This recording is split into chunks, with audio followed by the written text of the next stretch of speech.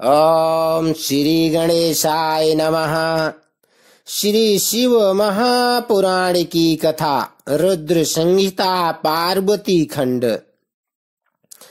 कर्पूर गौरम करुणावतारम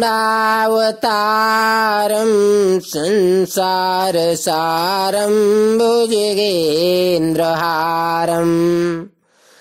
सदा वसन्तं हृदयारविन्दं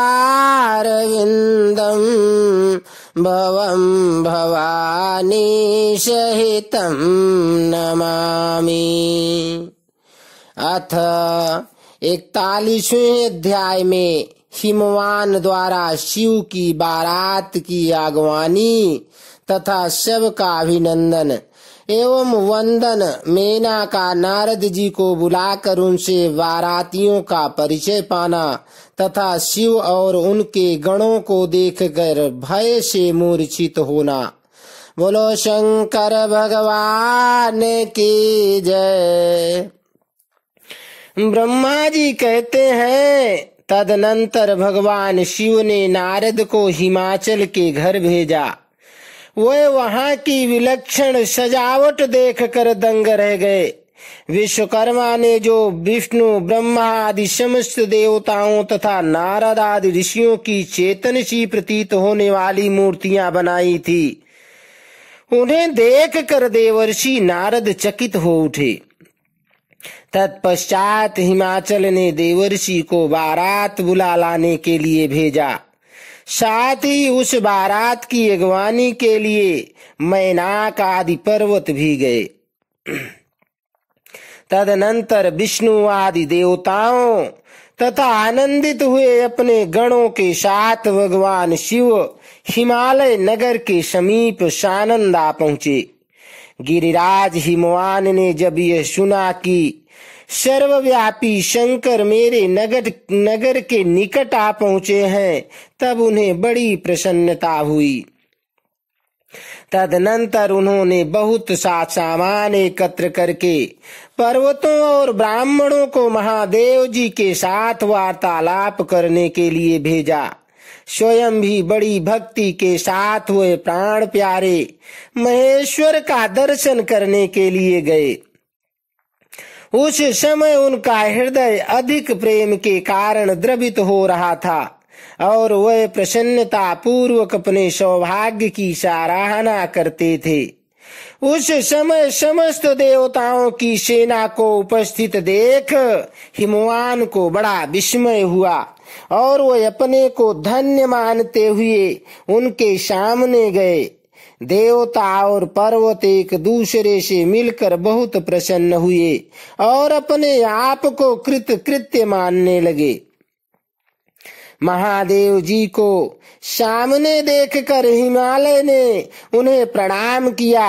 साथ ही समस्त पर्वतों और ब्राह्मणों ने भी सदा शिव की वंदना की।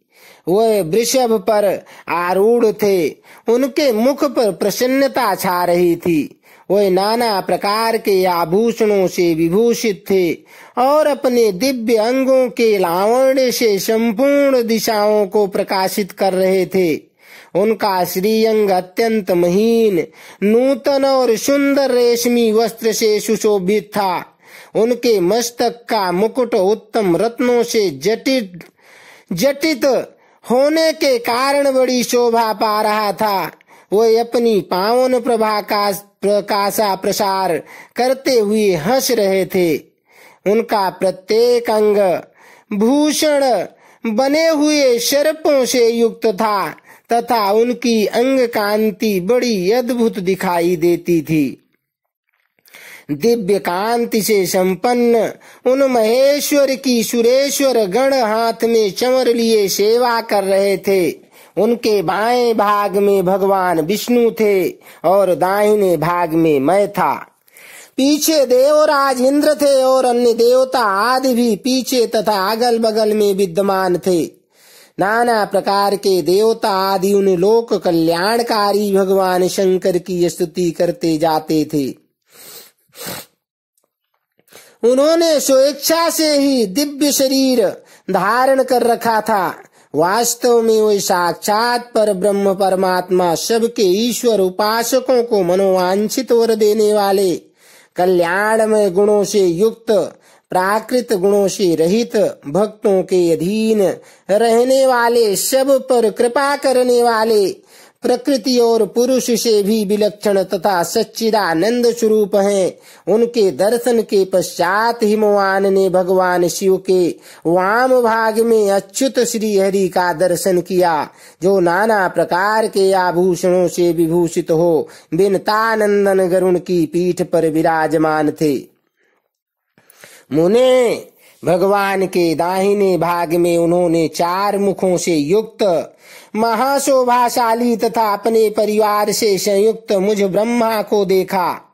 भगवान शिव के सदा ही अत्यंत प्रिय इन दोनों देवेश्वरों का दर्शन करके परिवार सहित गिरिराज ने आदर पूर्वक प्रणाम किया।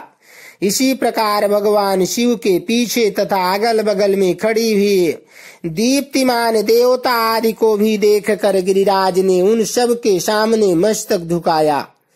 तत्पश्चात शिव की आज्ञा से आगे होकर हिमवान अपने नगर को गए। उनके साथ महादेव जी, भगवान विष्णु तथा स्वयंभू ब्रह्मा भी मुनियों और देवताओं सहित शीघ्रता पूर्वक चलने लगे। मुने, उस अवसर पर मेना के मन में भगवान शिव के दर्शन की इच्छा हुई, इसलिए उन्होंने तुमको बुलवाया। उस समय भगवान शिव से प्रेरित होकर उनका हार्दिक अभिप्राय पूर्ण करने की इच्छा से तुम वहां गए। मेना तुम्हें प्रणाम करके बोली, मुने, गिरिजा के होने वाले पति को पहले मैं देखूंगी। शिव का कैसा रूप है, जिनके लिए मेरी बेटी ने ऐसी उत्कृष्ट तपस्या की है। तात, उस समय भगवान शिव भी मेना के भीतर के अहंकार को जानकर श्री विष्णु और मुझसे अद्भुत लीला करते हुए बोले। शिव ने कहा, तात, आप दोनों मेरी आज्ञा से देवताओं सहित अलग अलग होकर गिरिराज के द्वार पर चलिए, हम पीछे से आएंगे। यह सुनकर भगवान श्री हरि ने सब देवताओं को बुलाकर वैसा करने के लिए कहा।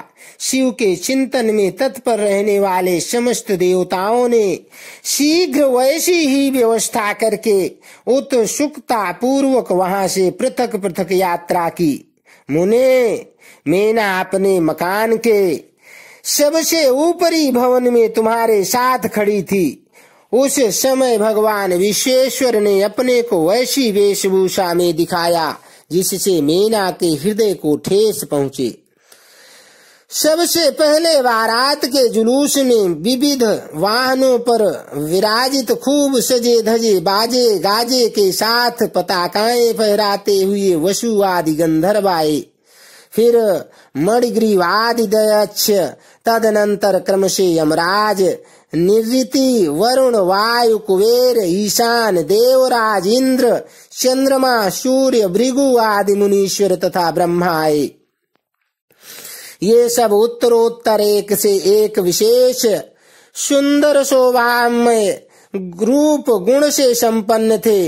इनमें से प्रत्येक दल के स्वामी को देखकर मीना पूछती थी कि क्या ये ही शिव हैं? नारद जी कहते हैं, ये तो शिव के सेवक हैं। मीना यह सुनकर बड़ी प्रसन्न होती और हर्ष में भरकर मन ही मन कहती, ये उनके सेवक ही जब इतने सुंदर हैं तब वे सबके स्वामी शिव तो पता नहीं कितने सुंदर होंगे। इसी बीच में वहां भगवान विष्णु पधारे। वे संपूर्ण शोभा से संपन्न श्रीमान नूतन जलधर के समान श्याम तथा 4 भुजाओं से संयुक्त थे। उनका लावण्य करोड़ों कंदर्पों को लज्जित कर रहा था। वे पीताम्बर धारण करके अपनी सहज प्रभा से प्रकाशित हो रहे थे। उनके सुंदर नेत्र प्रफुल्ल कमल की शोभा को छीन लेते थे। उनकी आकृति से शांति बरस रही थी। पक्षी राज गरुण उनके वाहन थे। शंख चक्र आदि लक्षणों से युक्त मुकुट आदि से विभूषित वत्स स्थल में श्री वत्स का चिन्ह धारण किए हुए लक्ष्मीपति विष्णु अपने अप्रमेय प्रभा पुंज से प्रकाशमान थे। उन्हें देखते ही मीना के नेत्र चकित हो गए। वे बड़े हर्ष से बोली, अवश्य ये ही मेरी शिवा के पति साक्षात भगवान शिव हैं, इसमें संशय नहीं है। मुने, तुम भी लीला करने वाले ही ठहरे। अतः मीना की यह बात सुनकर उनसे बोले, देवी, ये शिवा के पति नहीं है, अपितु ये भगवान है, केशव हरि हैं। भगवान शंकर के संपूर्ण कार्यों के अधिकारी तथा उनके प्रिय हैं। पार्वती के पति जो दूल्हा शिव हैं, उन्हें इनसे भी बढ़कर समझना चाहिए। उनकी शोभा का वर्णन मुझसे नहीं हो सकता। वही संपूर्ण ब्रह्मांड के अधिपति सर्वेश्वर तथा स्वयं प्रकाश परमात्मा है।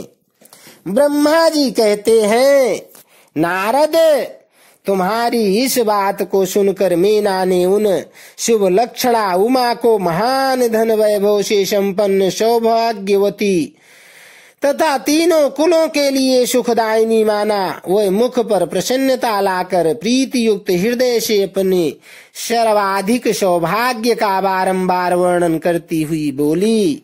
मीना ने कहा, इस समय में पार्वती को जन्म देने के कारण सर्वथा धन्य हो गई। ये गिरीश्वर भी धन्य है तथा मेरा सब कुछ परम धन्य हो गया। जिन जिन अत्यंत तेजस्वी देवताओं और देवेश्वरों का मैंने दर्शन किया है, इन सब के जो पति हैं वे मेरी पुत्री के पति होंगे। उनके सौभाग्य का क्या वर्णन किया जाए।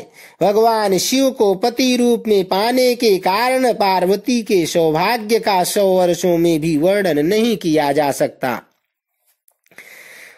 ब्रह्मा जी कहते हैं, नारद, मीना ने प्रेम पूर्ण हृदय से ज्यों ही उपर्युक्त बात कही, त्यों ही अद्भुत लीला करने वाले भगवान रुद्र सामने आ गए। तात उनके सभी गण अद्भुत तथा मीना के अहंकार को चूर्ण करने वाले थे। भगवान शिव अपने आप को माया से निर्लिप्त एवं निर्विकार दिखाते हुए वहां आए। मुने, उन्हें आया जान तुमने मीना को शिवा के पति का दर्शन कराते हुए उनसे इस प्रकार कहा, सुंदरी, देखो, ये साक्षात भगवान शंकर हैं, जिनकी प्राप्ति के लिए शिवा ने वन में बड़ी भारी तपस्या की थी। तुम्हारे ऐसा कहने पर मीना ने बड़ी प्रसन्नता के साथ अद्भुत आकार वाले भगवान महेश्वर की ओर देखा। वो स्वयं तो अद्भुत थे ही, उनके अनुचर ही बड़े अद्भुत थे। इतने में ही रुद्रदेव की परम अद्भुत सेना भी आ पहुंची, जो भूत प्रेत आदि से संयुक्त तथा नाना गणों से संपन्न थी। उनमें से कितने ही बवंडर का रूप धारण करके आए थे, कितने ही पताका की मरमर ध्वनि के समान शब्द करते थे। किन्हीं के मुंह टेढ़े थे तो कोई अत्यंत कुरूप दिखाई देते थे। कुछ बड़े विकराल थे, किन्हीं का मुंह दाढ़ी मूछ से भरा हुआ था। कोई लंगड़े थे तो कोई अंधे, कोई दंड और पाश धारण किए हुए थे तो किन्हीं के हाथों में मुदगर थे। कितने ही अपने वाहनों को उल्टा चला रहे थे। कोई सींग, कोई डमरू और कोई गोमुख बजाते थे। गणों में से कितने के तो मुंह ही नहीं थे, कितनों के मुंह पीठ की ओर लगे थे और बहुतों के बहुतेरे मुंह थे। इसी तरह कोई बिना हाथ के थे, किन्हीं के हाथ उल्टे लग रहे थे और कितनों के बहुत से हाथ थे। कितने ही नेत्रहीन थे, किन्हीं के बहुत से नेत्र थे, किन्हीं के सिर ही नहीं थे और किन्हीं के बहुत खराब सिर थे। किन्हीं के कान ही नहीं थे और किन्हीं के बहुत से कान थे। इसी तरह सभी गण नाना प्रकार की वेशभूषा धारण किए हुए थे। तात वह वृक्क आकार वाले अनेक प्रबल गण बड़े वीर और भयंकर थे, उनकी कोई संख्या नहीं थी। मुने, तुमने अंगुली द्वारा रुद्र गणों को दिखाते हुए मीना से कहा, वरानने, तुम पहले भगवान हर के सेवकों को देखो, फिर उनका भी दर्शन करना। उन असंख्य भूत प्रेत आदि गणों को देखकर मीना तत्काल भय से व्याकुल हो गई। उन्हीं के बीच में भगवान शंकर भी थे, जो निर्गुण होते हुए भी परम गुणवान थे। वे वृषभ पर सवार थे। उनके 5 मुख थे और प्रत्येक मुख में 3-3 नेत्र थे। उनके सारे अंगों में विभूति लगी हुई थी, जो उनके लिए भूषण का काम देती थी। मस्तक पर जटाजूट और चंद्रमा का मुकुट, 10 हाथ और उनमें से एक में कपाल लिए, शरीर पर बागंबर का दुपट्टा और हाथ में पिनाक एवं त्रिशूल, आंखें भयानक, आकृति विकराल और हाथी की खाल का वस्त्र। यह सब देख कर शिवा की माता बहुत डर गई, चकित हो गई, व्याकुल होकर कांपने लगी तथा उनकी बुद्धि चकरा गई। उस अवस्था में तुमने उंगली से दिखाते हुए उनसे कहा, ये ही हैं भगवान शिव। तुम्हारी यह बात सुनकर सती मीना दुख से भर गई और हवा के झोंके खाकर गिरी हुई लता के समान तुरंत भूमि पर गिर पड़ी।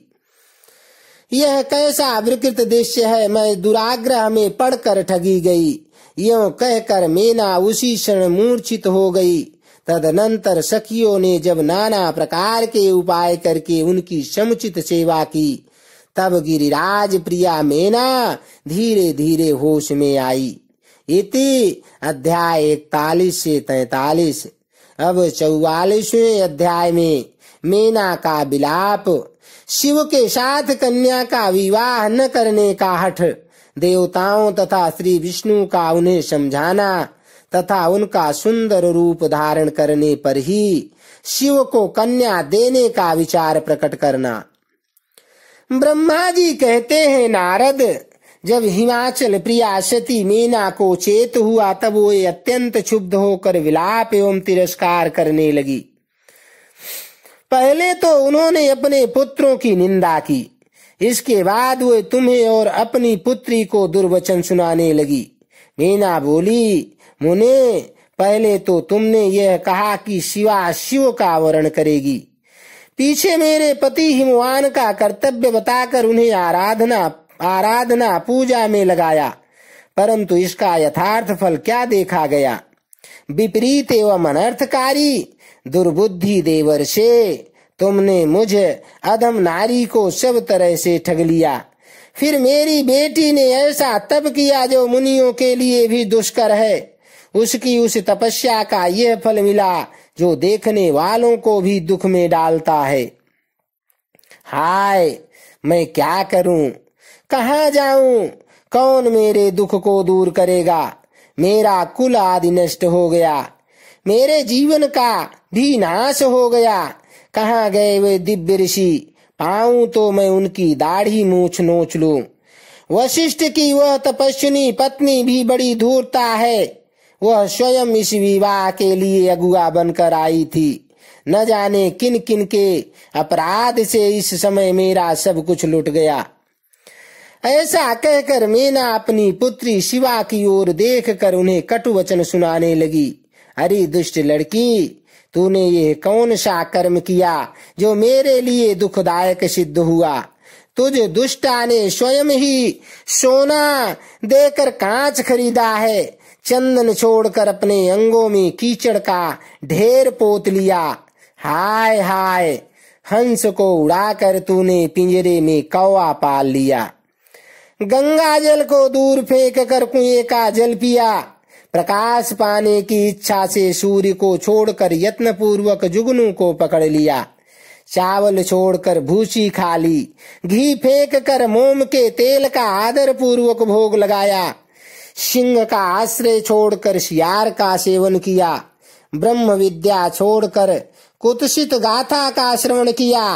बेटी, तूने घर में रखी हुई यश की मंगलमयी विभूति को दूर हटाकर चिता की अमंगलमयी राख अपने पल्ले बांध ली, क्योंकि समस्त श्रेष्ठ देवताओं और विष्णु आदि परमेश्वरों को छोड़कर अपनी कुबुद्धि के कारण शिव को पाने के लिए ऐसा तप किया। तुझको, तेरी बुद्धि को, तेरे रूप को और तेरे चरित्र को भी बारंबार धिक्कार है। तुझे तपस्या का उपदेश देने वाले नारद को तथा तेरी सहायता करने वाली दोनों सखियों को भी धिक्कार है। बेटी, हम दोनों माता पिता को भी धिक्कार है जिन्होंने तुझे जन्म दिया। नारद, तुम्हारी बुद्धि को भी धिक्कार है। सुबुद्धि देने वाले उन सप्तर्षियों को भी धिक्कार है। तुम्हारे कुल को धिक्कार है। तुम्हारी क्रिया दक्षता को भी धिक्कार है तथा तुमने जो कुछ किया है उस सब को धिक्कार है। तुमने तो मेरा घर ही जला दिया। यह तो मेरा मरण ही है। ये पर्वतों के राजा आज मेरे निकट न आए। सप्तर्षि लोग स्वयं मुझे अपना मुंह न दिखाए। इन सब ने मिलकर क्या साधा, मेरे कुल का नाश करा दिया। हाय, मैं बांझ क्यों नहीं हो गई, मेरा गर्भ क्यों नहीं गल गया। मैं अथवा मेरी पुत्री ही क्यों नहीं मर गई, अथवा राक्षस आदि ने भी आकाश में ले जाकर इसे क्यों नहीं खा डाला। पार्वती, आज मैं तेरा सिर काट डालूंगी, परंतु ये शरीर के टुकड़े लेकर क्या करूंगी। हाय हाय, तुझे छोड़कर कहाँ चली जाऊं, मेरा तो जीवन ही नष्ट हो गया। ब्रह्मा जी कहते हैं, नारद, यह कहकर मीना मूर्छित हो पृथ्वी पर गिर पड़ी। शोक रोष आदि से व्याकुल होने के कारण वह पति के समीप नहीं गई। देवर्षे, उस समय सब देवता क्रमशः उनके निकट गए। सबसे पहले मैं पहुंचा। मुनिश्रेष्ठ, मुझे देख कर तुम स्वयं मीना से बोले। नारद ने कहा, पतिव्रते, तुम्हें पता नहीं है, वास्तव में भगवान शिव का रूप बड़ा सुंदर है। उन्होंने लीला से ऐसा रूप धारण कर लिया है। यह उनका यथार्थ रूप नहीं है। इसलिए तुम क्रोध छोड़कर स्वस्थ हो जाओ, हठ छोड़कर विवाह का कार्य करो और अपनी शिवा का हाथ शिव के हाथों में दे दो।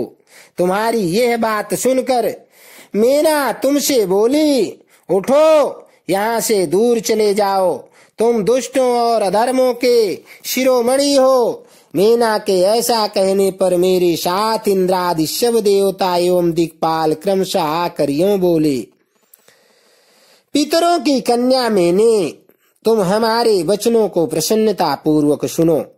ये शिव निश्चय ही सबसे उत्कृष्ट देवता हैं और सबको उत्तम सुख देने वाले हैं। आपकी पुत्री के अत्यंत दुस्सह तप को देखकर इन भक्त वत्सल प्रभु ने कृपा पूर्वक उन्हें दर्शन और श्रेष्ठ वर दिया था। यह सुनकर मीना ने देवताओं से बारंबार अत्यंत विलाप करके कहा, शिव का रूप बड़ा भयंकर है, मैं उन्हें अपनी पुत्री नहीं दूंगी। आप सब देवता प्रपंच करके क्यों मेरी इस कन्या से उत्कृष्ट रूप को व्यर्थ करने के लिए उद्यत हैं।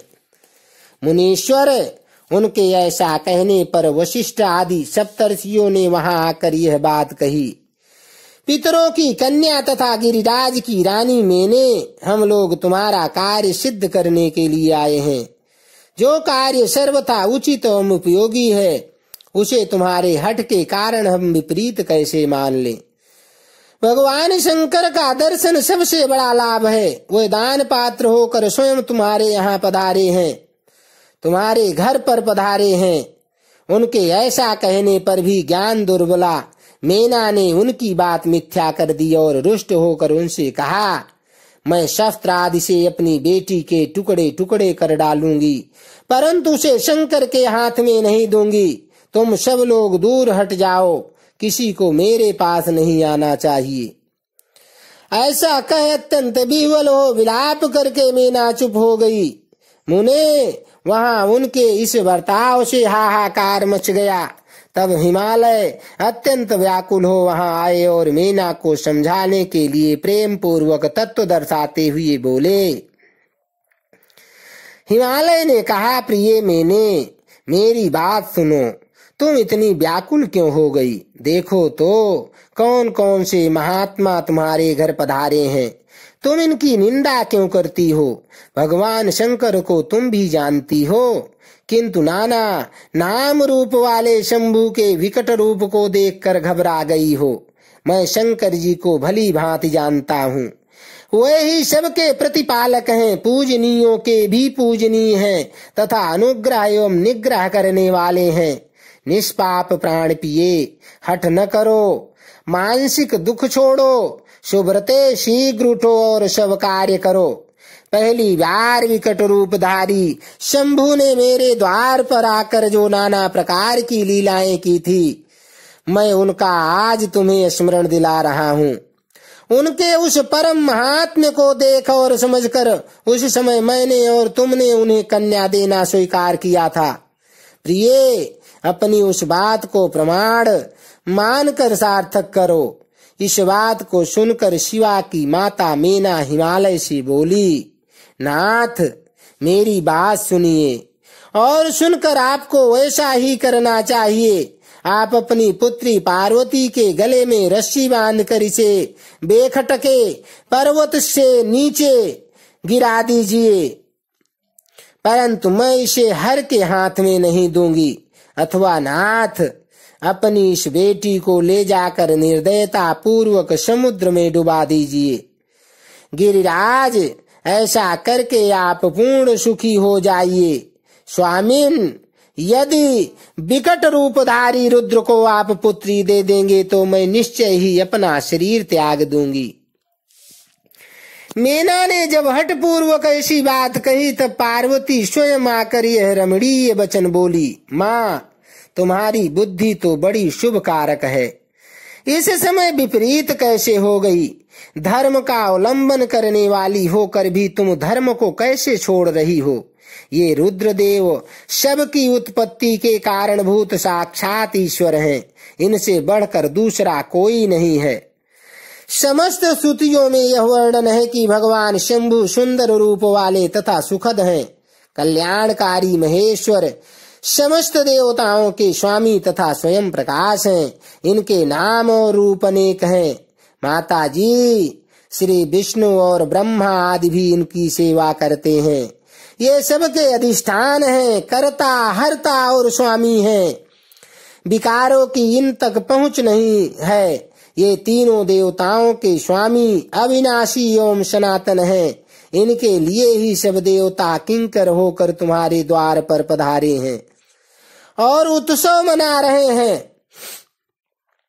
इससे बढ़कर सुख की बात और क्या हो सकती है? अतः यत्न पूर्वक उठो और जीवन सफल करो। मुझे शिव के हाथ में सौंप दो और अपने गृहस्थाश्रम को सार्थक करो। माँ, मुझे परमेश्वर शंकर की सेवा में दे दो। मैं स्वयं तुमसे यह बात कहती हूँ, तुम मेरी इतनी सी ही विनती मान लो। यदि तुम इनके हाथ में मुझे नहीं दोगी तो मैं दूसरे किसी वर का वर्ण नहीं करूंगी, क्योंकि जो सिंह का भाग है उसे दूसरे को ठगने वाला सियार कैसे पा सकता है। माँ, मैंने वन, वाणी और क्रिया द्वारा स्वयं हर का वर्ण किया है, हर का ही वर्ण किया है। अब तुम्हारी जैसी इच्छा हो वह करो। ब्रह्मा जी कहते हैं, नारद, पार्वती की यह बात सुनकर शैलेश्वर प्रिया मीना बहुत ही उत्तेजित हो गई और पार्वती को डांटती हुई दुर्वचन कहकर रोने तथा विलाप करने लगी। तदनंतर स्वयं मैंने तथा सनकादि सिद्धों ने भी मीना को बहुत समझाया, परंतु वह किसी की बात न मानकर सबको डांटती रही। इसी बीच में उनके सुदृढ़ एवं महान हठ की बात सुनकर शिव प्रिय भगवान विष्णु भी तुरंत वहां पहुंचे और इस प्रकार बोले।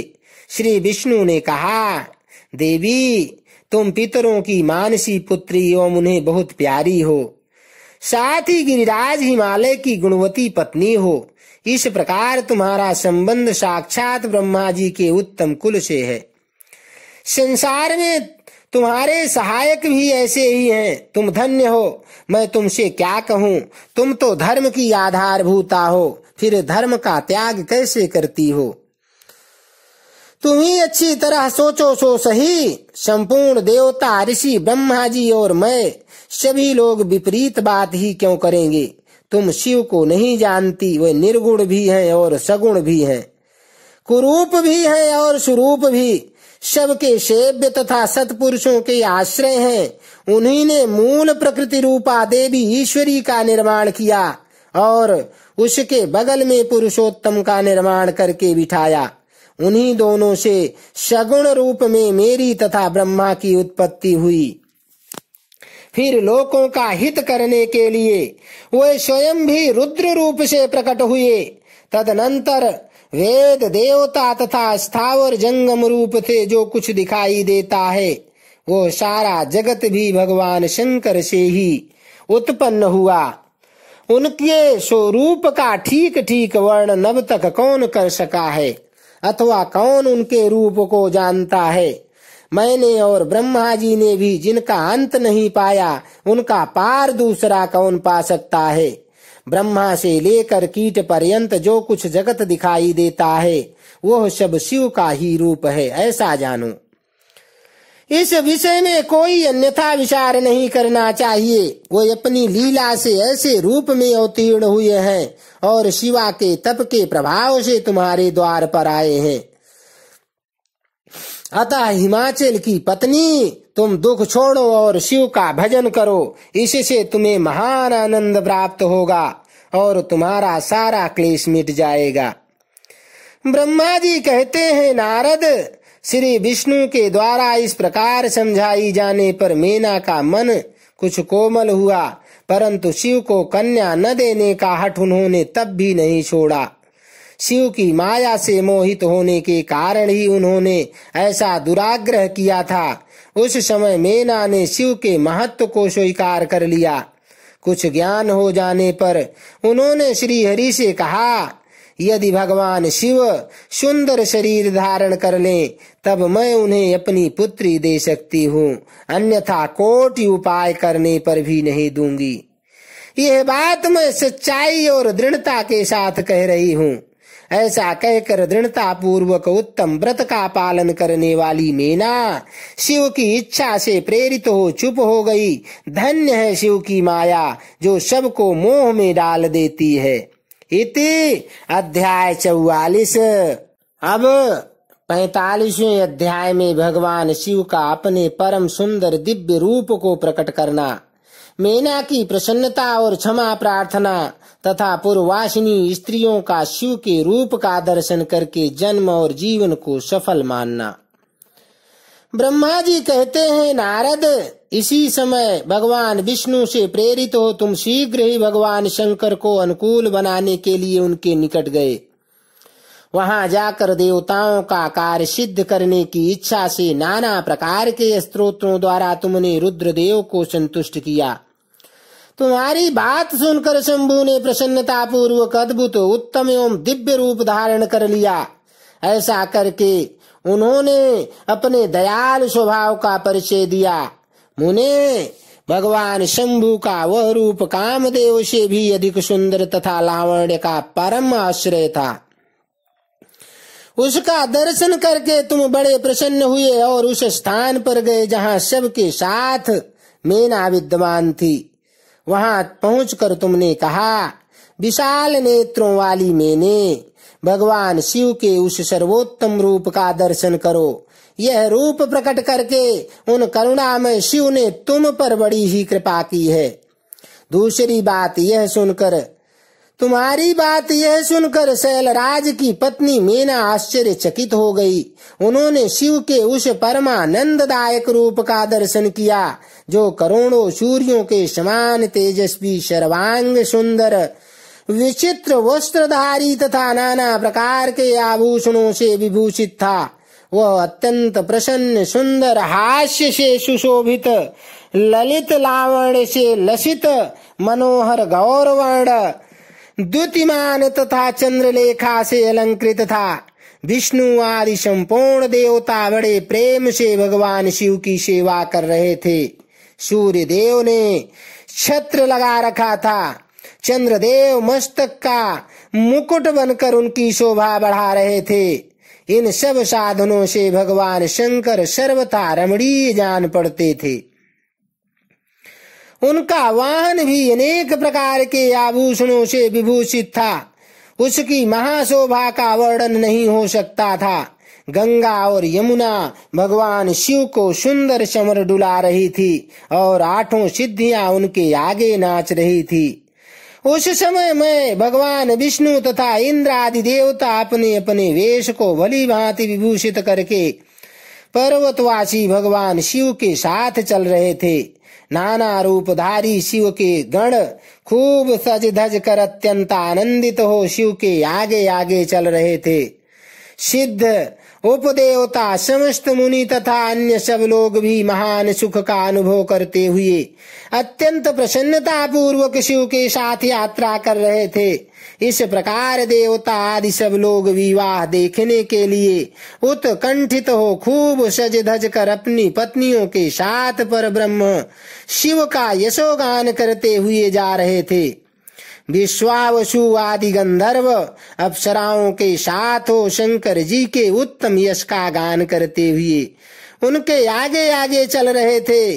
मुनि श्रेष्ठ महेश्वर के शैलराज के द्वार पर पधारते समय इस प्रकार वहां नाना प्रकार का महान उत्सव हो रहा था। हे मुनीश्वर, उस समय वहां परमात्मा शिव की जैसी शोभा हो रही थी उसका विशेष रूप से वर्णन करने में कौन समर्थ हो सकता है। उन्हें वैसे विलक्षण रूप में देखकर मीना क्षण भर के लिए चित्र लिखी सी रह गई। फिर बड़ी प्रसन्नता के साथ बोली, हे महेश्वर, मेरी पुत्री धन्य है जिसने बड़ा भारी तप किया और उस तप के प्रभाव से आप मेरे इस घर में पधारे। पहले जो मैंने आप शिव की अक्षम्य निंदा की है उसे मेरी शिवा के स्वामी शिव आप क्षमा करें और इस समय पूर्णतः प्रसन्न हो जाएं।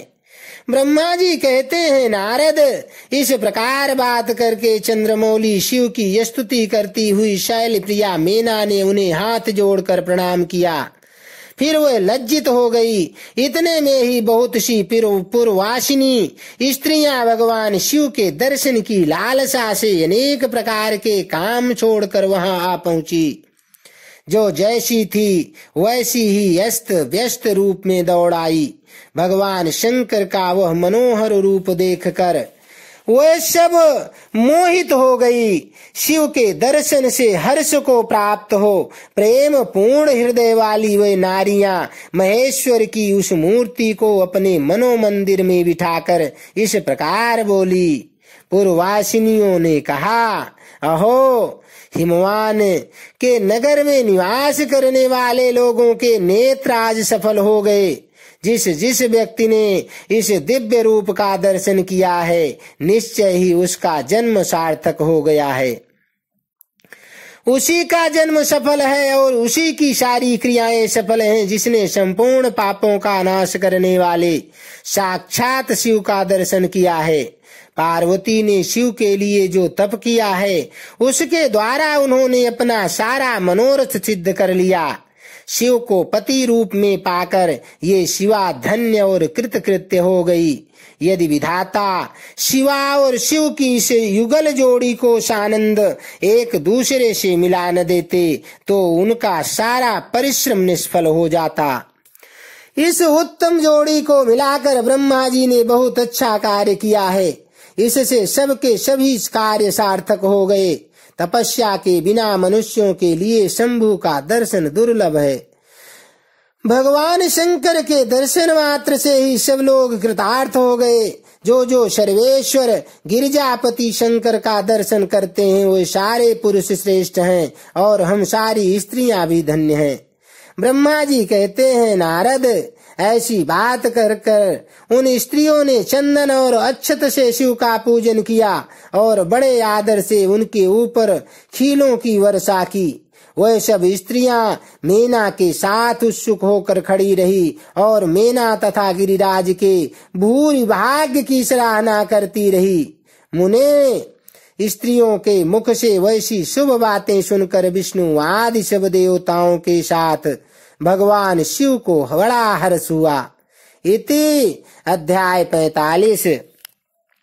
अब 46वें अध्याय में मेना द्वारा द्वार पर भगवान शिव का परिछन, उनके रूप को देखकर संतोष का अनुभव, अन्यान्य युवतियों द्वारा वर की प्रशंसा, पार्वती का अंबिका पूजन के लिए बाहर निकलना तथा देवताओं और भगवान शिव का उनके सुंदर रूप को देखकर प्रसन्न होना। ब्रह्मा जी कहते हैं, नारद, तदनंतर भगवान शिव प्रसन्न चित्त हो अपने गणों, समस्त देवताओं तथा अन्य लोगों के साथ कौतूहल पूर्वक गिरिराज हिमवान के धाम में गए। हिमाचल की श्रेष्ठ पत्नी मेना भी उन स्त्रियों के साथ घर के भीतर गई और शंभु की आरती उतारने के लिए हाथ में दीपकों से सजी हुई थाली लेकर सभी ऋषि पत्नियों तथा अन्य स्त्रियों के साथ आदर पूर्वक द्वार पर आई। वहां आकर मेना ने संपूर्ण देवताओं से सेवित गिरि जापति महेश्वर शंकर को, जो द्वार पर उपस्थित थे, बड़े प्यार से देखा। उनकी अंग कांति मनोहर चंपा के समान थी। उनके एक मुख और 3 नेत्र थे। प्रसन्न मुखारविंद पर मंद मुस्कान की छटा छा रही थी। वह रत्न और सुवर्ण आदि से विभूषित थे। गले में मालती की माला पहने हुए थे। सुंदर रत्नमय मुकुट धारण करने से उनका मुखमंडल उज्ज्वल प्रभा से उद्भासित हो रहा था। कंठ में हार आदि सुंदर आभरण शोभा दे रहे थे। सुंदर कड़े और बाजूबंद उनकी भुजाओं को विभूषित कर रहे थे। अग्नि के समान निर्मल एवं अनुपम, अत्यंत सूक्ष्म, मनोहर, विचित्र एवं बहुमूल्य युगल वस्त्र से उनकी बड़ी शोभा हो रही थी। चंदन, अगर, कस्तूरी तथा मनोहर कुमकुम के अंग का राग से उनके अंग विभूषित हो रहे थे। उन्होंने हाथ में रत्नमय दर्पण ले रखा था और उनके दोनों नेत्र कज्जल से सुशोभित थे। उन्होंने अपनी प्रभा से सबको आच्छादित कर लिया था तथा वे अत्यंत मनोहर जान पड़ते थे। अत्यंत तरुण, परम सुंदर और आभरण भूषित अंगों से सुशोभित थे। कामिनियों को अत्यंत कमनीय प्रतीत होते थे। उनमें व्यग्रता का अभाव था। उनका मुखारविंद कोटि चंद्रमाओं से भी अधिक आह्लाददायक था। उनके श्रीअंगों की छवि कोटि कामदेवों से भी अधिक मनोहारिणी थी। वे अपने सभी अंगों से परम सुंदर थे। ऐसे सुंदर रूप वाले उत्कृष्ट देवता भगवान शिव को जामाता के रूप में अपने सामने खड़ा देख मेना की सारी शोक चिंता दूर हो गई। वह परमानंद सिंधु में निमग्न हो गई और अपने भाग्य की, गिरिजा की, गिरिराज हिमवान की और उनके समस्त कुल की भूरि भूरि प्रशंसा करने लगी। उन्होंने अपने आप को कृतार्थ माना और बारंबार हर्ष का अनुभव करने लगी। सती मेना का मुख प्रसन्नता से खिल उठा था। वह अपने दामाद की शोभा का सानंद अवलोकन करती हुई उनकी आरती उतारने लगी। गिरिजा की कही हुई बात को बारंबार याद करके मीना को बड़ा विस्मय हो रहा था। वे हर्षोत्फुल्ल मुखारविंद से युक्त हो मन ही मन यूं कहने लगी, पार्वती ने मुझसे पहले जैसा बताया था उससे भी अधिक सौंदर्य मैं इन परमेश्वर शिव के अंगों में देख रही हूँ।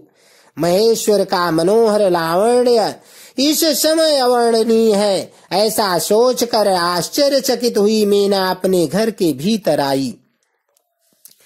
वहां आई हुई युवतियों ने भी वर के मनोहर रूप की भूरि भूरि प्रशंसा की। वह बोली, गिरिराज नंदिनी शिवा धन्य है, धन्य है। कुछ कन्याएं कहने लगी, दुर्गा तो साक्षात भगवती हैं। कुछ दूसरी कन्याएं महारानी मीना से बोली, हमने तो कभी ऐसा वर नहीं देखा है और न कभी ध्यान में ही ऐसे वर का अवलोकन किया है। इन्हें पाकर गिरिजा धन्य हो गई। भगवान शंकर का वह रूप देखकर समस्त देवता हर्ष से खिल उठे। श्रेष्ठ गंधर्व उनका यश गान करने लगे और अप्सराएं नृत्य करने लगी। बाजा बजाने वाले लोग मधुर ध्वनि में अनेक प्रकार की कला दिखाते हुए आदर पूर्वक भांति भांति के बाजे बजा रहे थे। हिमाचल ने भी आनंदित होकर द्वारोचित मंगलाचार किया। समस्त नारियों के साथ मैना ने भी महान उत्सव मनाते हुए वर्ग का परीक्षण किया। फिर वह प्रसन्नता पूर्वक घर में चली गई। इसके बाद भगवान शिव अपने गणों और देवताओं के साथ अपने को दिए गए स्थान जनवासे में चले गए। इसी बीच में गिरिराज के अंतःपुर की स्त्रियां दुर्गा को साथ ले कुल देवी की पूजा के लिए बाहर निकली। वहां देवताओं ने, जिनकी पलकें कभी नहीं गिरती थी, प्रसन्नता पूर्वक पार्वती को देखा। उनकी अंग कांति नीलंजन के समान थी। वह अपने मनोहर अंगों से ही विभूषित थी। उनका कटाक्ष केवल भगवान त्रिलोचन पर ही आदर पूर्वक पड़ता था। दूसरे किसी पुरुष की ओर उनके नेत्र नहीं जाते थे। उनका प्रसन्न मुख मंद मुस्कान से सुशोभित था। वह कटाक्ष पूर्ण दृष्टि से देखती थी और बड़ी मनोहारिणी जान पड़ती थी। उनके केशों की चोटी बड़ी ही सुंदर थी। कपोलों पर बनी हुई मनोहर पत्रभंगी उनकी शोभा बढ़ाती थी। ललाट में कस्तूरी की बेदी के साथ ही सिंदूर की बिंदी शोभा दे रही थी। वो अच्छा स्थल पर श्रेष्ठ रत्नों के सारभूत हार से दिव्य दीप्ति छिटक रही थी। रत्नों के बने हुए केयूर, वलय और कंकण से उनकी भुजाएं अलंकृत थी। उत्तम रत्नमय कुंडलों से उनके मनोहर कपोल जगमगा रहे थे। उनकी दंत पंक्ति मणियों तथा रत्नों की प्रभा को छीने लेती थी और मुख की शोभा बढ़ाती थी। मधु से पूरित अधर और ओष्ठ बिंब फल के समान लाल थे। दोनों पैरों में रत्नों की आभा से युक्त महावर शोभा देता था। उन्होंने अपने एक हाथ में रत्न जटित दर्पण ले रखा था और उनका दूसरा हाथ क्रीडा कमल से सुशोभित था। उनके अंगों में चंदन, अगर, कस्तूरी और कुमकुम का अंगराग लगा हुआ था। पैरों में पायजेब बज रहे थे और वह अपने लाल लाल तलुओं के कारण बड़ी बड़ी शोभा पा रही थी। समस्त देवता आदि ने जगत की आदि कारण भूता जगत जननी पार्वती देवी को देखकर भक्ति भाव से मस्तक झुका मेना सहित उन्हें प्रणाम किया। त्रिलोचन शिवा ने भी बड़ी प्रसन्नता के साथ कनखियों से उन्हें देखा और उनमें सती की आकृति देखकर अपनी विरह वेदना को त्याग दिया। शिवा पर आंखें गड़ाकर भगवान शिव उस समय सब कुछ भूल गए। उनके सारे अंगों में रोमांच हो आया। वह हर्ष का अनुभव करते हुए गौरी की ओर देखने लगे। गौरी उनकी आंखों में समा गई थी। इधर काली पुरी से बाहर जाकर अंबिका देवी की पूजा करने के पश्चात ब्राह्मण पत्नियों के साथ पुनः अपने पिता के रमणीय भवन में लौट आई। भगवान शंकर भी मुझ ब्रह्मा, विष्णु तथा देवताओं के साथ हिमाचल के बताए हुए अपने नियत स्थान पर प्रसन्नता पूर्वक गए। वहां गिरिराज के द्वारा नाना प्रकार की सुंदर समृद्धि से सम्मानित हुए। वे सब लोग सुख पूर्वक ठहर गए और भगवान शिव की सेवा करने लगे। इति अध्याय 46। 47वें अध्याय में वर पक्ष के आभूषणों से विभूषित शिवा की नीराजना, कन्यादान के समय वर के साथ सब देवताओं का हिमाचल के घर के आंगन में विराजना तथा वर वधू के द्वारा एक दूसरे का पूजन। ब्रह्मा जी कहते हैं, नारद, तदनंतर गिरिश्रेष्ठ हिमवान ने प्रसन्नता और उत्साह के साथ वेद मंत्रों द्वारा दुर्गा और शिव का उपस्नान करवाया। तत्पश्चात गिरिराज की प्रार्थना से श्री विष्णु आदि देवता तथा मुनि कौतूहल पूर्वक उनके घर के भीतर गए।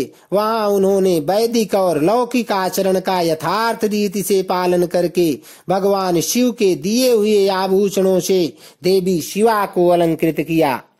सखियों और ब्राह्मण की पत्नियों ने पहले पार्वती को स्नान करवाया, फिर सब प्रकार के वस्त्राभूषणों द्वारा विभूषित करके उनकी आरती उतारी। तीनों लोकों की जननी महाशैल पुत्री सुंदरी शिवा दिव्य वस्त्राभूषणों से सुसज्जित होकर मन ही मन भगवान शिव का ध्यान करती हुई वहां बैठी। उस समय उनकी बड़ी शोभा हो रही थी। उस अवसर पर दोनों पक्षों में महान आनंददायक उत्सव होने लगा। ब्राह्मणों को शास्त्रोक्त रीति से नाना प्रकार का दान दिया गया। अन्य लोगों को भी वहां भांति भांति के बहुत से द्रव्य बांटे गए। विशेष उत्सव के साथ गीत और वाद्य आदि के द्वारा लोगों का मनोरंजन किया गया। तदनंतर मैं ब्रह्मा, भगवान विष्णु, इंद्र आदि देवता तथा मुनि ये सब के सब बड़ी प्रसन्नता के साथ सानंद उत्सव मनाते हुए भक्ति भाव से शिवा को प्रणाम कर शिव के चरणार बिंदों के चिंतन पूर्वक हिमाचल की आज्ञा ले अपने अपने स्थान को चले गए। इसके बाद गर्ग ने कन्यादान का समय जान हिमाचल से श्री शंकर तथा बारातियों को बुलाने के लिए कहा। फिर तो बाजे बजने लगे। हिमाचल के मंत्रियों ने जाकर वर और बारातियों से शीघ्र पधारने के लिए प्रार्थना की। वे बोले, कन्यादान के लिए उचित समय आ गया है, अतः आप लोग शीघ्र मंडप में पधारें।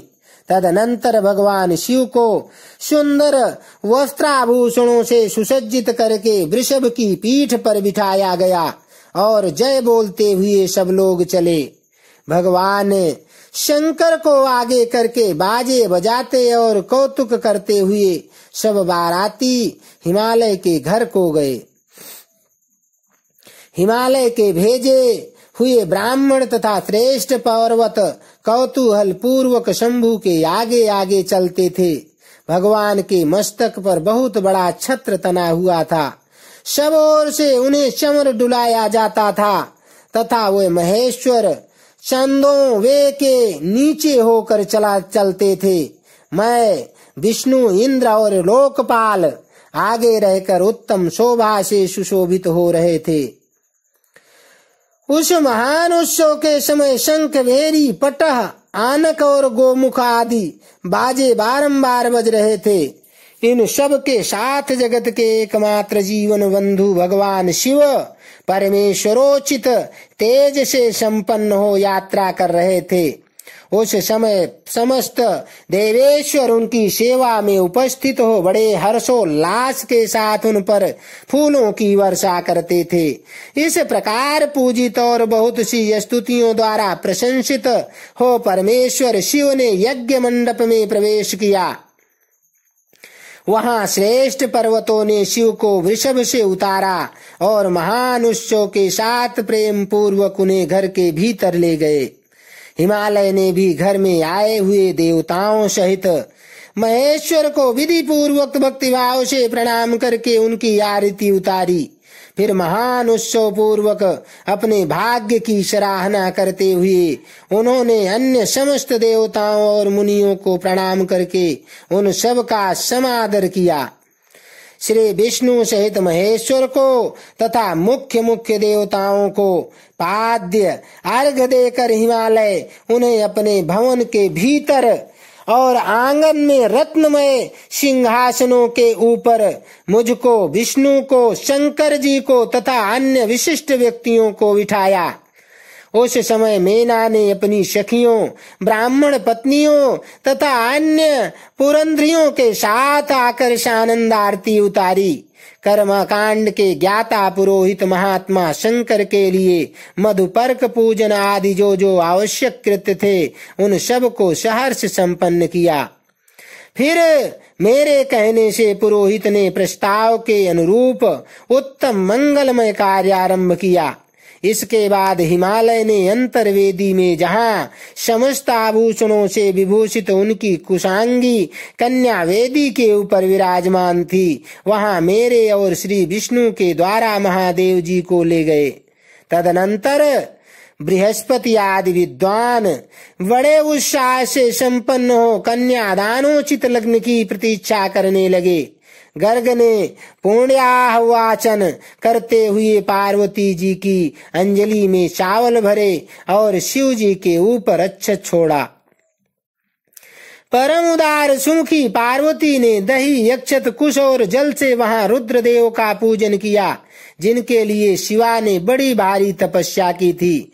उन भगवान शिव को बड़े प्रेम से देखती हुई वो वहां अत्यंत शोभा पा रही थी। फिर मेरे और गर्गादि मुनियों के कहने से शंभु ने लोकाचार वश शिवा का पूजन किया।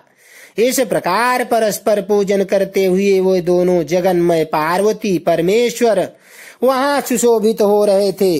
त्रिभुवन की शोभा से संपन्न हो परस्पर देखते हुए उन दोनों दंपत्ति की लक्ष्मी आदि देवियों ने विशेष रूप से आरती उतारी। इति अध्याय 47। 48वें अध्याय में शिव पार्वती के विवाह का आरंभ, हिमालय के द्वारा शिव के गोत्र के विषय में प्रश्न होने पर नारद जी के द्वारा उत्तर, हिमालय का कन्यादान करके शिव को दहेज देना तथा शिवा का अभिषेक। ब्रह्मा जी कहते हैं, नारद, इसी समय वहां गर्गाचार्य से प्रेरित हो मेना सहित हिमवान ने कन्यादान का कार्य आरंभ किया। उस समय वस्त्राभूषणों से विभूषित महाभागा मेना सोने का कलश लिए पति हिमवान के दाहिने भाग में बैठी। तत्पश्चात पुरोहित सहित हर्ष से भरे हुए शैलराज ने पाद्य आदि के द्वारा वर का पूजन करके वस्त्र, चंदन और आभूषणों द्वारा उनका वरण किया।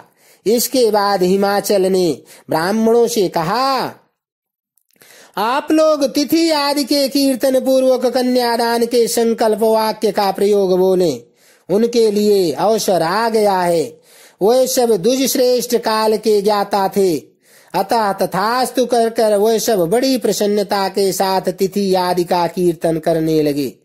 तदनंतर सुंदर लीला करने वाले परमेश्वर शंभु के द्वारा मन ही मन प्रेरित हो हिमाचल ने प्रसन्नता पूर्वक हंसकर उनसे कहा, शंभो, आप अपने गोत्र का परिचय दें, प्रवर, कुल, नाम, वेद और शाखा का प्रतिपादन करें, अब अधिक समय न बिताएं।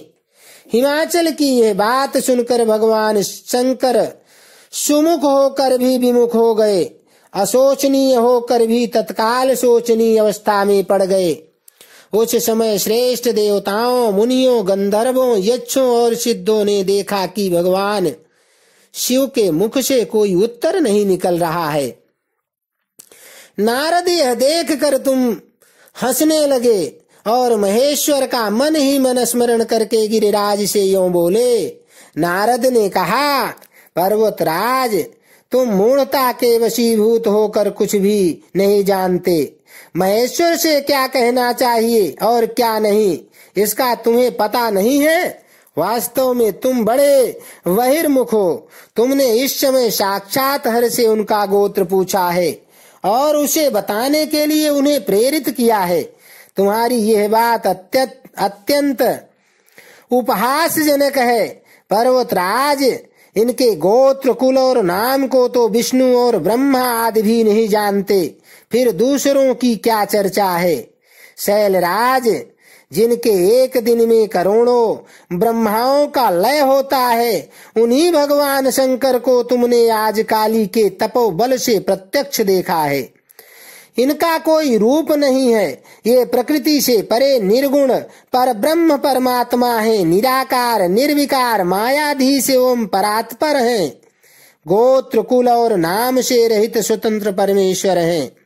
साथ ही अपने भक्तों के प्रति बड़े दयालु हैं। भक्तों की इच्छा से ही ये निर्गुण से सगुण हो जाते हैं। निराकार होते हुए भी सुंदर शरीर धारण कर लेते हैं और अनामा होकर भी बहुत से नाम वाले हो जाते हैं।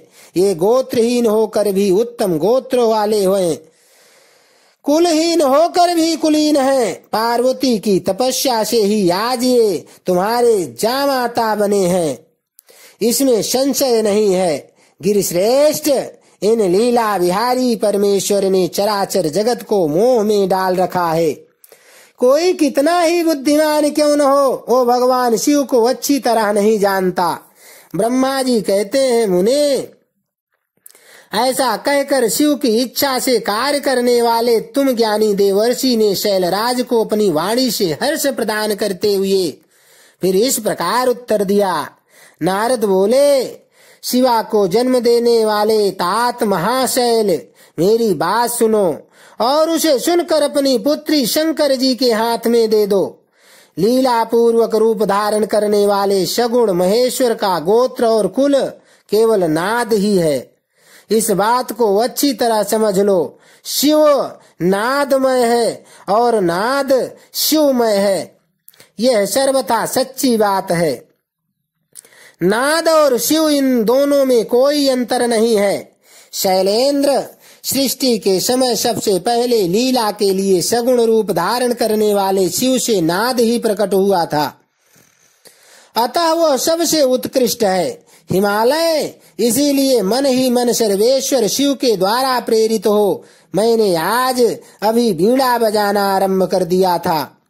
ब्रह्मा जी कहते हैं, मुने, तुम्हारी यह बात सुनकर गिरिराज हिमालय को संतोष प्राप्त हुआ और उनके मन का सारा विस्मय जाता रहा। तदनंतर श्री विष्णु आदि देवता तब तथा मुनि सबके सब विस्मय रहित हो नारद को साधुवाद देने लगे। महेश्वर की गंभीरता जानकर सभी विद्वान आश्चर्यचकित हो बड़ी प्रसन्नता के साथ परस्पर बोले, अहो, जिनकी आज्ञा से इस विशाल जगत का प्राकट्य हुआ है, जो परात्परतर आत्मबोध स्वरूप स्वतंत्र लीला करने वाले तथा उत्तम भाव से ही जानने योग्य हैं, उन लोकनाथ भगवान शंभु का आज हम लोगों ने भली भांति दर्शन किया है। तदनंतर हिमालय ने विधि के द्वारा प्रेरित हो भगवान शिव को अपनी कन्या का दान कर दिया। कन्या दान करते समय वे बोले, इमाम कन्याम तुभ्यमहं ददामि परमेश्वर, भार्यार्थं प्रतिगृह्णीष्व प्रसीद सकलेश्वर। परमेश्वर, मैं अपनी यह कन्या आपको देता हूँ, आप इसे अपनी पत्नी बनाने के लिए ग्रहण करें। सर्वेश्वर, इस कन्यादान से आप संतुष्ट हों। इस मंत्र का उच्चारण करके हिमाचल ने अपनी पुत्री त्रिलोक जननी पार्वती को उन महान देवता रुद्र के हाथ में दे दिया। इस प्रकार शिवा का हाथ शिव के हाथ में रखकर शैलराज मन ही मन बड़े प्रसन्न हुए। उस समय वे अपने मनोरथ के महासागर को पार कर गए थे। परमेश्वर महादेव जी ने प्रसन्न हो वेद मंत्र के उच्चारण पूर्वक गिरिजा के कर कमल को शीघ्र ही अपने हाथ में ले लिया। मुने, लोकाचार के पालन की आवश्यकता को दिखाते हुए उन भगवान शंकर ने पृथ्वी का स्पर्श करके को अदात इत्यादि रूप से काम संबंधी मंत्र का पाठ किया। उस समय वहां सब और महान आनंददायक महोत्सव होने लगा। पृथ्वी पर, अंतरिक्ष में तथा स्वर्ग में भी जय जयकार का शब्द गूंजने लगा। सब लोग अत्यंत हर्ष से भरकर साधुवाद देने और नमस्कार करने लगे। गंधर्वगण प्रेम पूर्वक गाने लगे और अप्सराएं नृत्य करने लगी। हिमाचल के नगर के लोग भी अपने मन में परम आनंद का अनुभव करने लगे। उस समय महान उत्सव के साथ परम मंगल मनाया जाने लगा। मैं, विष्णु, इंद्र, देवतागण तथा संपूर्ण मुनि हर्ष से भर गए। हम सबके मुखारविंद प्रसन्नता से खिल उठे। तदनंतर शैलराज हिमाचल ने अत्यंत प्रसन्न हो शिव के लिए कन्यादान की यथोचित सांगता प्रदान की। तत्पश्चात उनके बंधुजनों ने भक्ति पूर्वक शिवा का पूजन करके नाना विधि विधान से भगवान शिव को उत्तम द्रव्य समर्पित किया। हिमालय ने दहेज में अनेक प्रकार के द्रव्य, रत्न पात्र, 1,00,000 सुसज्जित गौएं, 1,00,000 सजाए घोड़े, करोड़ हाथी और उतने ही सुवर्ण जटित रथ आदि वस्तुएं दी। इस प्रकार परमात्मा शिव को विधि पूर्वक अपनी पुत्री कल्याणमयी पार्वती का दान करके हिमालय कृतार्थ हो गए।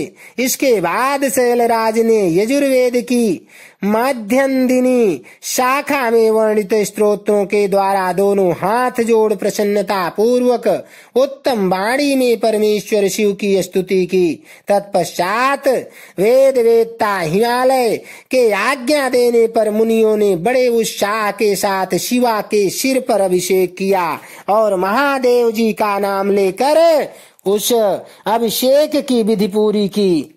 मुने उस समय बड़ा आनंददायक महोत्सव हो रहा था। इति अध्याय 48। 49वें अध्याय में शिव के विवाह का उपसंहार, उनके द्वारा दक्षिणा वितरण, वर वधू का कोहबर और वास भवन में जाना, वहां स्त्रियों का उनसे लोकाचार का पालन कराना, रति की प्रार्थना से शिव द्वारा काम को जीवन दान एवं वर प्रदान, वर वधू का एक दूसरे को मिष्ठान्न भोजन कराना तथा शिव का जनवासे में लौटना। ब्रह्मा जी कहते हैं, नारद, तदनंतर मेरी आज्ञा पाकर महेश्वर ने ब्राह्मणों द्वारा अग्नि की स्थापना करवाई और पार्वती को अपने आगे बिठाकर वहां ऋग्वेद, यजुर्वेद तथा सामवेद के मंत्रों द्वारा अग्नि में आहुतियां दी। तात उस समय काली के भाई मैनाक ने लावा की अंजलि दी और काली तथा शिव दोनों ने आहुति लेकर लोकाचार का आश्रय ले प्रसन्नता पूर्वक अग्निदेव की परिक्रमा की।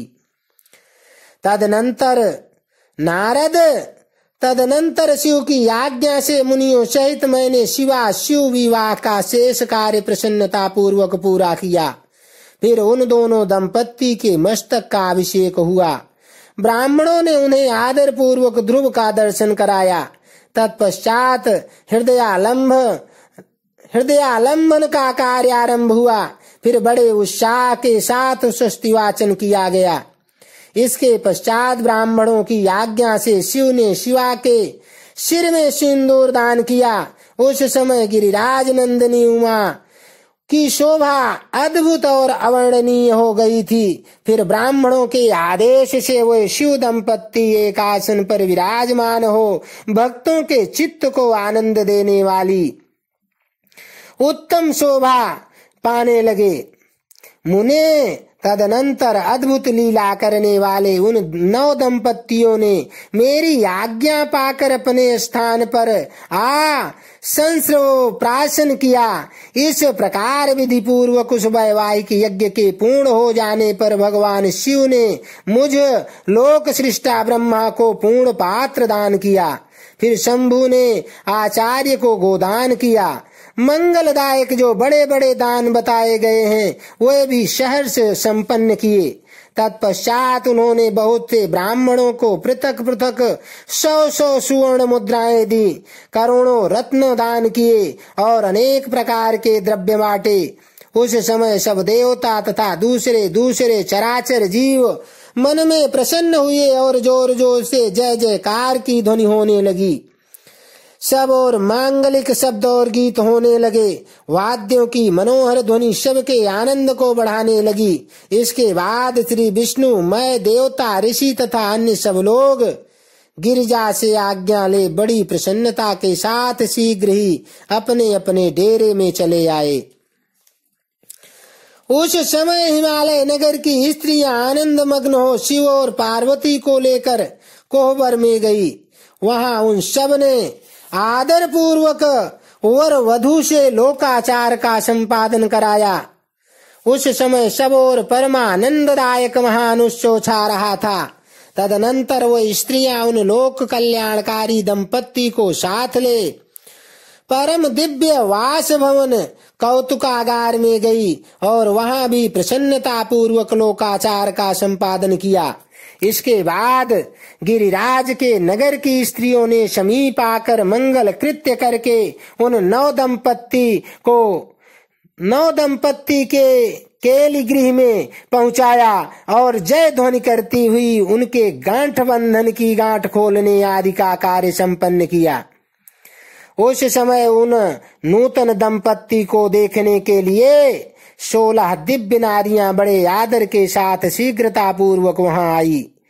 उनके नाम इस प्रकार हैं: सरस्वती, लक्ष्मी, सावित्री, गंगा, आदिति, शची, लोपामुद्रा, अरुंधति, अहल्या, तुलसी, स्वाहा, रोहिणी, पृथ्वी, शतरूपा, संज्ञा तथा रति। ये देवांगनाएं तथा मनोहारिणी देव कन्या, नाग कन्या और मुनि कन्याएं भी वहां पहुंच गई। वहां जितनी स्त्रियां उपस्थित ही थी उन सब की गणना करने में कौन समर्थ है। उनके दिए हुए रत्नमय सिंहासन पर भगवान शिव प्रसन्नता पूर्वक बैठे। उस समय उन्होंने शिव से नाना प्रकार की विनोदपूर्ण बातें कही। तदनंतर प्रसन्न चित्त हुए महेश्वर ने अपनी पत्नी के साथ मिष्टान्न भोजन और आचमन करके कपूर डाला हुआ पान खाया।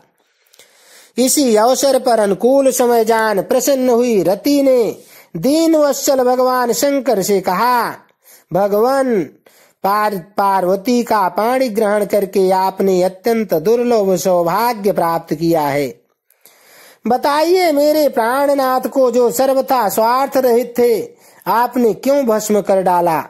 अब यहाँ मेरे पति को जीवित कीजिए और अपने अंतःकरण में काम संबंधी व्यापार को जगाइए।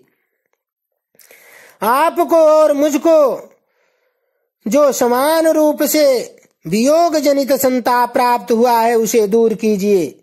महेश्वर, आपके इस विवाहोत्सव में सब लोग सुखी हुए हैं, केवल मैं ही अपने पति के बिना दुख में डूबी हुई हूँ। देव शंकर, प्रसन्न होइए और मुझे शनाथ कीजिए।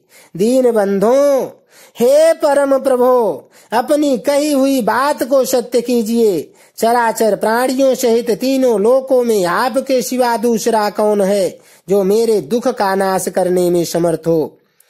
ऐसा जानकर आप मुझ पर दया कीजिए। दीनों पर दया करने वाले नाथ, सबको आनंद प्रदान करने वाले, अपने इस विवाहोत्सव में मुझे भी उत्सव संपन्न बनाइए।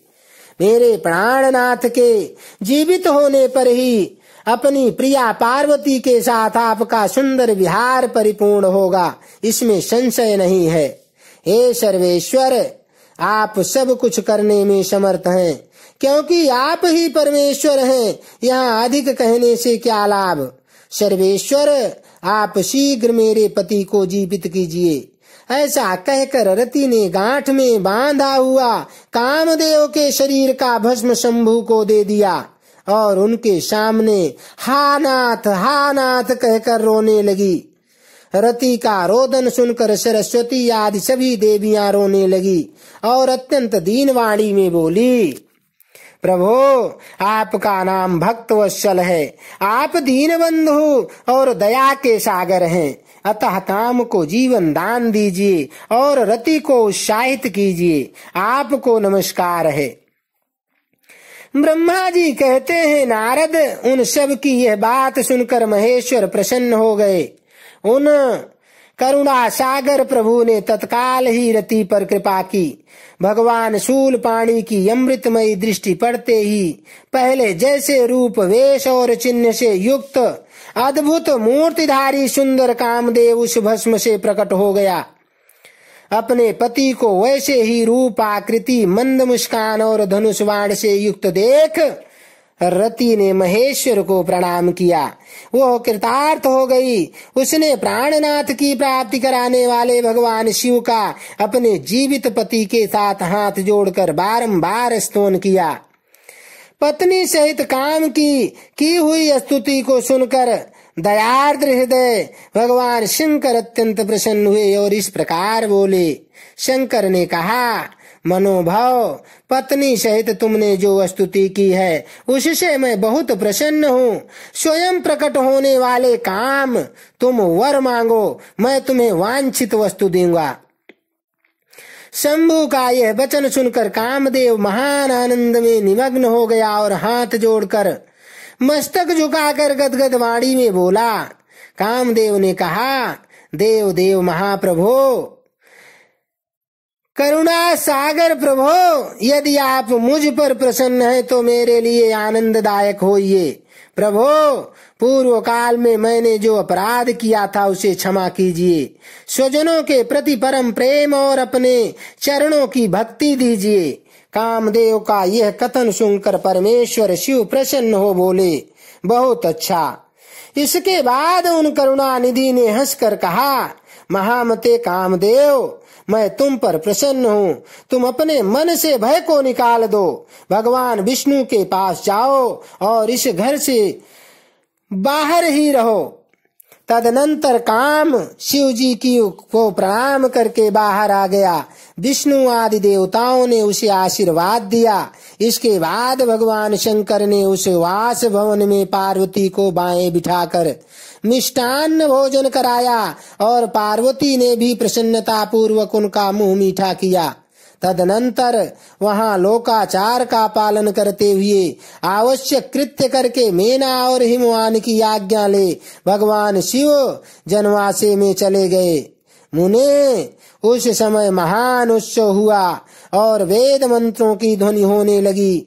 लोग चारों प्रकार के बाजे बजाने लगे। जनवासे में अपने स्थान पर पहुंचकर शिव ने लोकाचार वश मुनियों को प्रणाम किया। श्री हरि को और मुझे भी मस्तक झुकाया। फिर सब देवता आदि ने उनकी वंदना की।